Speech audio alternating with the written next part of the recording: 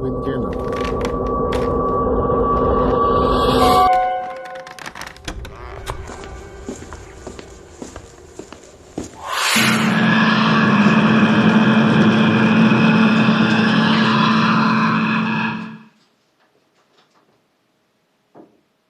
I was one of those frail, sickly children for the vast majority of my early years.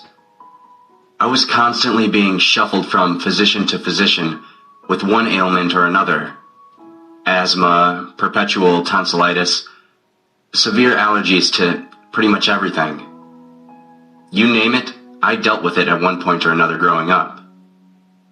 This meant that I spent a great deal of my formative years at home, in bed, miserably sick and more than a bit morose.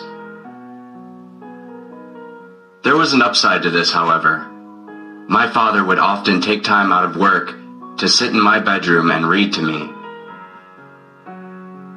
Some of my fondest memories as a child involved my father sitting in a chair next to my bed with one science fiction novel or another spread across his lap. I can't count how many days were spent in such a fashion. I look back on it now and can't help but smile when I picture that large man with his bushy beard reading those thick novels to take my mind away from whatever was ailing me at the time. I was fortunate to come from a very loving home. My mother and father were extremely doting and focused all of their collective time and energy on raising their only son. I was particularly close to my father. We've all heard those old adages about daddy's girl and mama's boy, but that simply wasn't the case in my experience. Of course, every boy views his father as some larger-than-life, lantern-jawed superhero, and I was no exception. My father was an enormous man, maybe 6'2" and well over 250 pounds. He was an intimidating figure, and my childhood friends would often remark on just how large he was. He had very intense grayish-blue eyes, brown hair that was slowly receding, and a thick reddish beard. But as intimidating as he may have appeared, his demeanor, especially towards me, was always so calm and relaxing. He never once raised his voice within earshot, nor did I ever witness him use that great bulk of his to bully or intimidate. He was a kind soul and spent all of his time letting his only son know just how much he was loved. He'd spend hours of his evenings after work in my room, sitting on the floor playing with my toys. I can't help but chuckle when I picture that large man sitting cross-legged on the floor with whatever superhero or mutant turtle I was interested in at the time. He even kept a small journal of all the funny things I'd say and do, with some of his own musings remarked on just how quickly I was growing. I recall years later, when I was a man myself, reading that journal and being moved to tears by how deeply this man loved me. Now, my father was not a particularly religious man. In fact, if I had to peg his belief, I'd say he was atheistic, now that I have a grasp on such things. This was in direct conflict with how he was raised. He'd grown up in a very small town in North Carolina and was brought up in a very strict Southern Baptist family. He remarked in the journal, just days after my birth, about how he found the Bible to be even more preposterous now than that he had his own child. In particular, the story of Isaac and Abraham did not sit well with my father. He couldn't imagine any scenario in which he'd be willing to sacrifice his only son to some voice in his head. He was a very straightforward, logic and reason type of guy. In addition to religion, he absolutely abhorred superstitions and myths. He even made several comments about being leery of anyone that claimed to believe in aliens or ghost stories. Now, he never made these statements to me directly, he wanted me to come to my own conclusions regarding religion, superstition, and the paranormal. But he did jot down all of these thoughts in that journal of his, with the intention of giving me this book when I became a man myself. Unfortunately, he never did get that opportunity.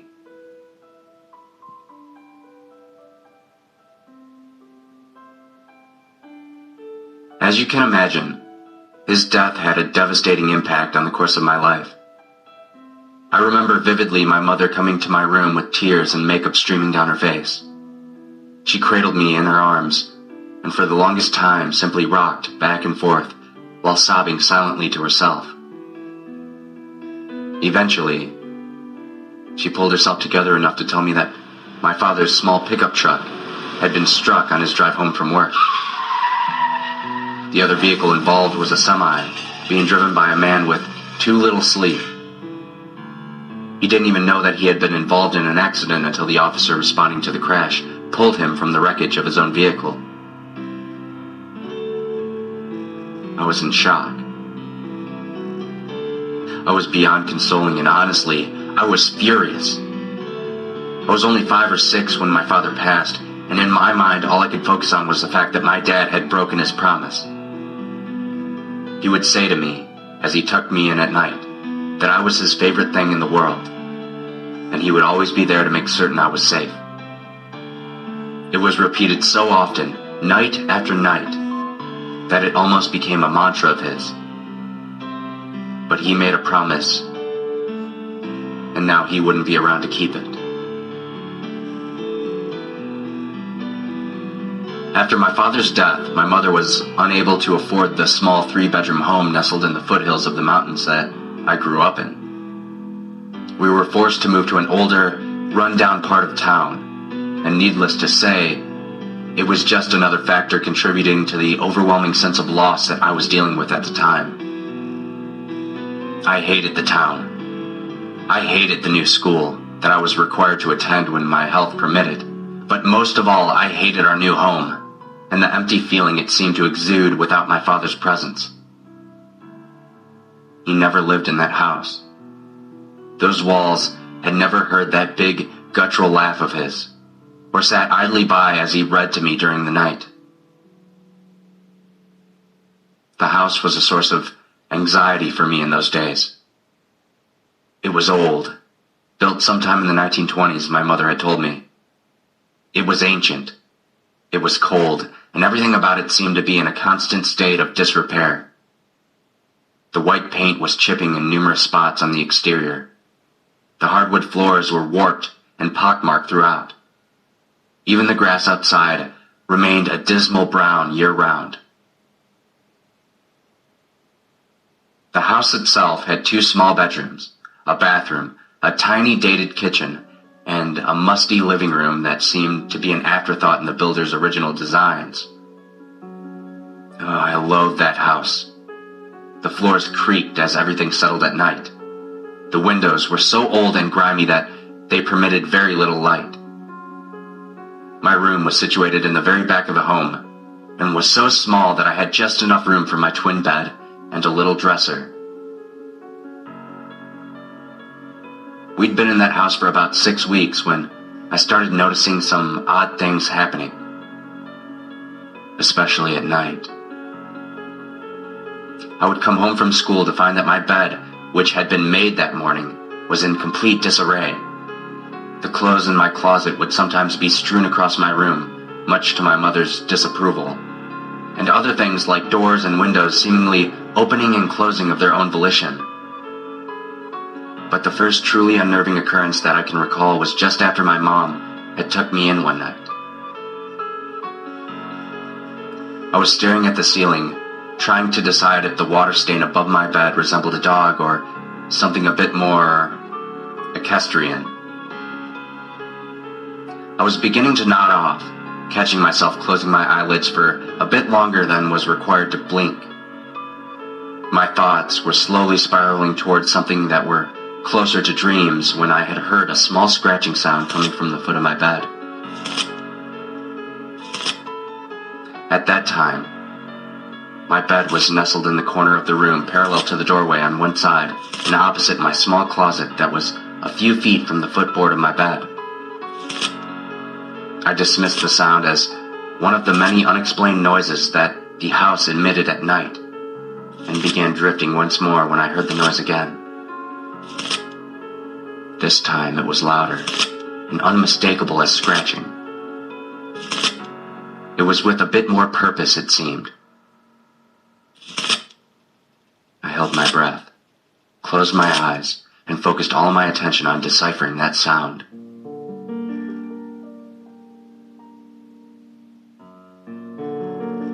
This time, when it happened, it was definitely louder and seemed to have a rhythm to it that just couldn't be naturally occurring.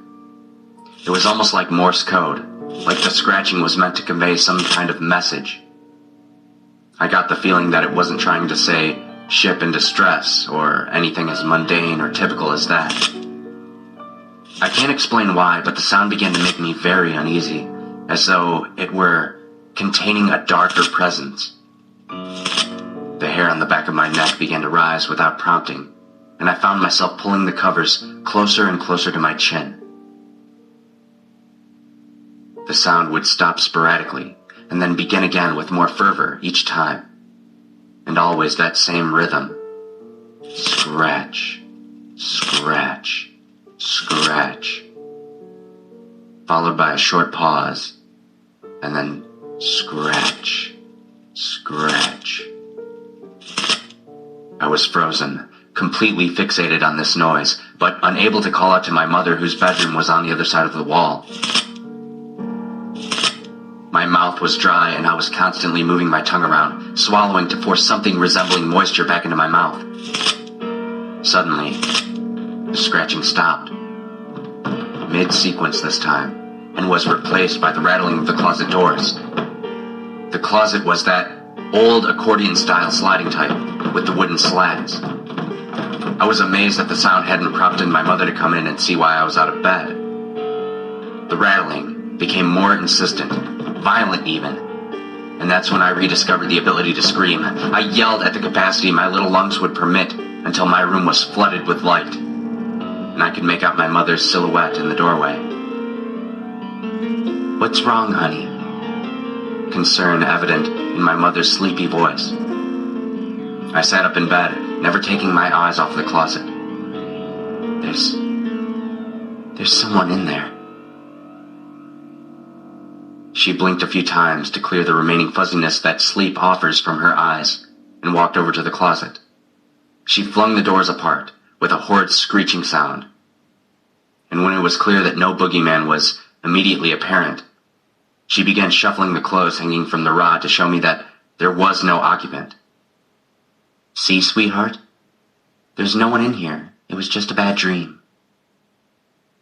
She closed the doors again, crossed the hardwood floor, and arranged herself at the foot of my bed. "It's no surprise that you're having nightmares, son, considering all that's happened recently." She patted my leg, then reached up to smooth my disheveled hair. "I promise you, there's no one in there," she said. I was finally able to peel my attention away from the closet and meet her eyes. "But I know there was," I said. "There was some kind of scratching, and the doors, they started to move." She stifled a yawn behind her fist, and then patted my cheek as she rose from the edge of my bed. "It was just a dream, sweetie. There's no one in there. And there's no one in the house but us. Now please, try to get some sleep. You have school in the morning." She crossed the room and told me that she loved me before turning my bedroom light back off. I heard her mattress spring sigh as she got back into her bed, and I laid down again myself. I maneuvered myself as close to the wall and headboard as I could manage, pulled the covers up close to my nose, and shut my eyes with such force that they squeezed tears down my cheeks. I tried to control my breathing and focus everything my sense of hearing had to offer for that sound. My heart was pounding so loudly in my ears that I barely heard the first scratch when the noise came back again. I stopped breathing altogether and waited for the next series of scratches to begin, The minutes dragged by, but the sound did not come again, and at that point, I fell into a rather fitful stage of sleep that was accompanied by nightmares. Over the coming weeks, the sound would come and go. There didn't seem to be any pattern to it at all. There would be several nights in a row with absolutely nothing unusual occurring. And then there would come a night when the scratching would start up as soon as I began to drift off, and last until I screamed for my mother. This became something of a pattern. I wouldn't say I became accustomed to it, but I knew that on those nights when the scratching started, that all I had to do was yell for my mother, and after she came in to take a look, I'd finally be able to go to sleep. It had been 3 or 4 nights since the last time I'd heard that rhythmic scratching. I'd managed to fall asleep that night without a vent. Maybe I had been lulled into some false sense of security, as it'd been several nights since the last closet incident. It was about 1 or so in the morning when I awoke with a start. I had fallen asleep on top of my covers, and as soon as I became aware of being conscious, I wrestled with trying to crawl underneath them. After much effort, I was finally able to get underneath the covers and the security of my sheets, when I began to wonder what exactly had stirred me from the throes of sleep. It was a cloudy night, so the limited amount of light permitted through the bedroom window was at an absolute minimum. I controlled my breathing, listening for that ominous sound, and forced my eyes to scan the bedroom. And that's when I saw it. Standing at the foot of my bed, in front of my slowly deteriorating closet doors, was a very large form. It was so dark that I couldn't make out whether this thing was facing my direction or not. I couldn't move. I couldn't scream. I could barely even draw breath. All of my attention was on that form at the foot of my bed, and I couldn't look away. It was as if my eyelids were taped open, and I was forced to look in that direction. The form never moved, never even shifted from foot to foot. It simply stood there, massive and dark, and seemed to fill the whole room. There was no scratching sound, no rattling of closet doors, just this form standing stoically in the middle of my room. Amazingly, I fell asleep. I can't begin to imagine how that came to be. I just know that 1 minute I'm fixated with every fiber of my being on this figure in my room, and the next, I'm opening my eyes to sunlight trickling in through my window and birds chirping outside as they went about their daily activities. What's even more amazing is that I didn't awake with that sense of terror that I'd grown accustomed to after run-in with the scratching sound. I even felt rested for the first time in months. The same thing happened again several times over the next couple of nights. I found myself waking in the middle of the night, only to be confronted by the image of that large, silent form at the foot of my bed. Again, there was no scratching sound or rattling closet doors. Just this figure standing a few feet away. I never did work up the courage to yell for my mother or try to get a closer look at this shadow-like form. I still wasn't even certain if it was facing my direction on the nights this occurred. I even began to wonder if perhaps this thing standing in my room at night had simply tired of causing a ruckus in my closet and accepted my presence in the house. The next few weeks went by without anything of note occurring. I ate breakfast, went to school, came home, and then went to bed. My health had hit a relative high point during that period of time, and I was attending school on a regular basis for the first time in memory. At some point, I even befriended one of the boys a few houses down and spent my evenings playing video games and the like at his house. I went to bed absolutely exhausted each night and woke up the next morning well-rested and looking forward to what the day might hold. I began to discount those terrifying events that had occurred in my room in the weeks prior as nothing more than my imagination. My mother had taken on more hours at the furniture factory where she had worked to help pay off some of the debt that had accumulated after my father's death. On the nights that she worked late, I was to spend my evenings over at my new friend's house until she returned home. I didn't like to see my mother so tired from all that extra work she was putting in, but I did enjoy getting to hang out with my friend and his rather expansive collection of video games. This routine of staying with my friend's family until my mother got off work lasted for several weeks until my mother had an accident at work. She broke several bones in her right hand and wrist and was unable to work at all for the next few months, let alone pick up extra hours. She was obviously dismayed because, just as it seemed our lives had begun to take on the normalcy that everyone expects, some unforeseen event once again caused that pattern to veer off course.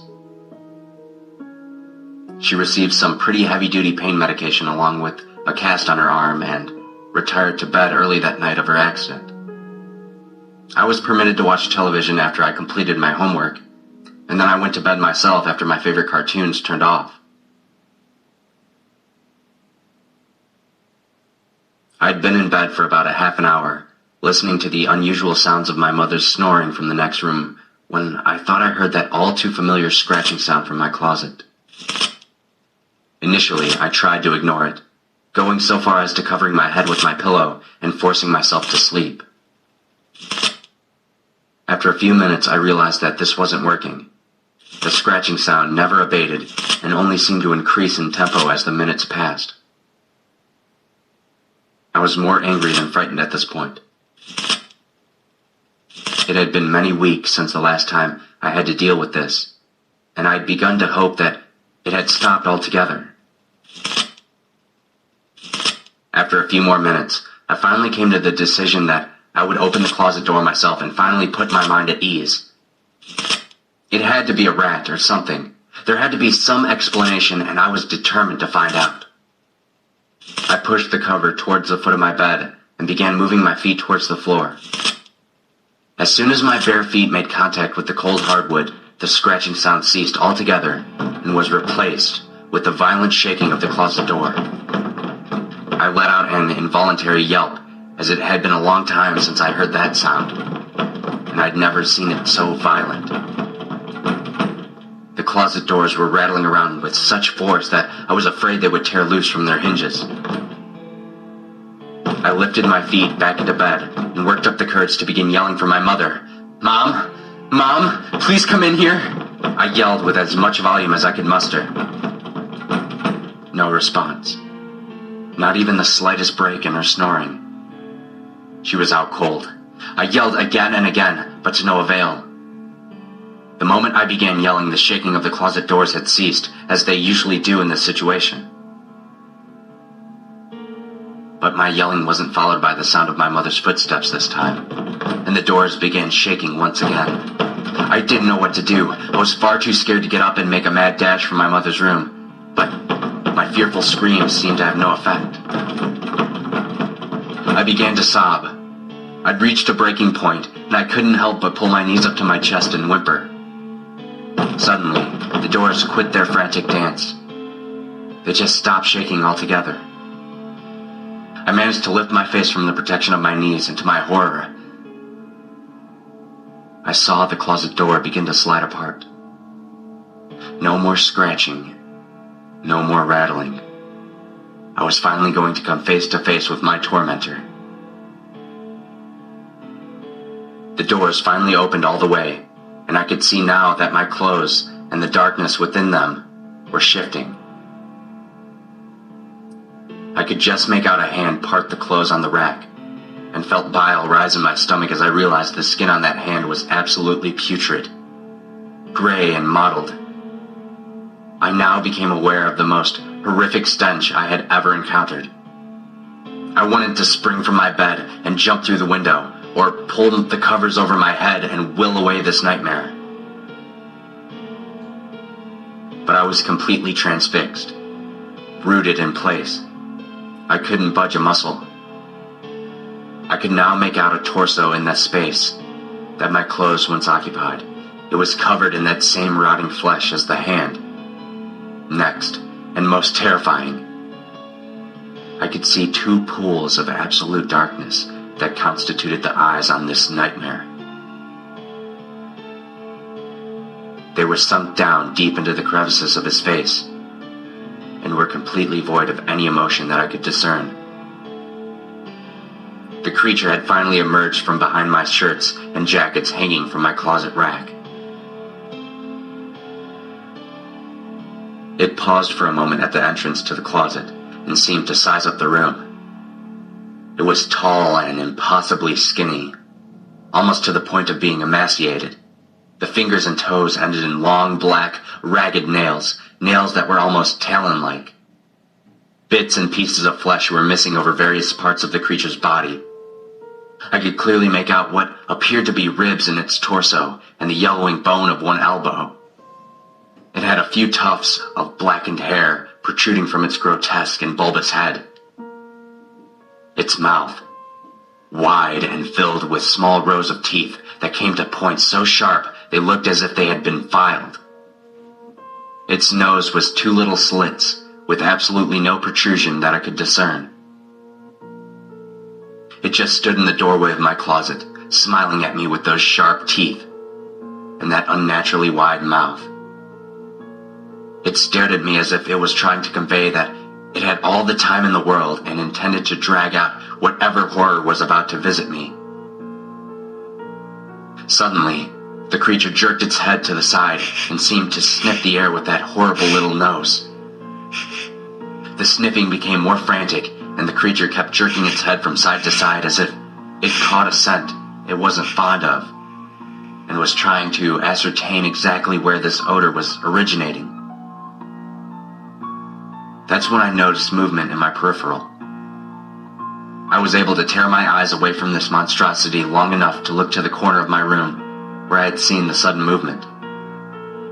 And there, standing just feet away from me, was that large, dark, ominous form. It seemed even more massive than it had in previous encounters, and it also seemed to be radiating an intense anger. But to my amazement, this anger did not seem to be directed towards me, but aimed at the creature now standing in front of my closet. The creature let out a hiss, and then a sound akin to a whimper, and took a step back when it noticed the large form standing in the corner of the room. I looked back at this dark figure standing so very close now, and for the first time, I could make out its distinguishing features. I realized that before, this form had stood with its back to me on those nights it had appeared in my room, because now I could clearly make out a face. A face that was covered in coarse red hair. I could now see that this figure was a very large man with pale white skin and a receding hairline. But the most noticeable feature were the intense grayish-blue eyes that I could make out even in the darkness of my room. Those eyes left the monster in my closet just for a moment and made contact with my own. This great man standing in the center of my room. This large man that I thought I would never see again. He smiled and winked at me. And with a burst of movement that my eyes could barely track, he dove into the beast, driving it back into the depths of my closet, while the doors closed on them both. I sat on the edge of my bed, with tears in my eyes and my mind racing to process what I had just witnessed. I finally broke my stupor long enough to race to my mother's room and wake her. After a few moments of frantic shaking on my part, she finally swam to the surface of consciousness. When my face came into focus, she immediately sat up out of bed and took me into her arms. "What's wrong, sweetheart? What's going on?" At this point, I had begun to sob uncontrollably as she rocked me back and forth in her arms. I pulled myself together long enough to say, "He kept his promise. He said he would always be there for me, and he meant it." My mother tried to get me to explain, but I just continued to cry into her shoulder as she rocked me back and forth. At some point, I managed to fall asleep with my mother whispering words of comfort until I drifted off. I never did hear another odd sound from my closet after that night. or any other part of the house for that matter. From that point forward, things returned to normal, and I felt as though a weight had been lifted off from my shoulders. I'd received some form of closure from the events that took place that night. I also knew that no matter what obstacles I might face in the years ahead, I would always have someone looking over my shoulder, ever ready to fulfill a promise made to a small, sickly child.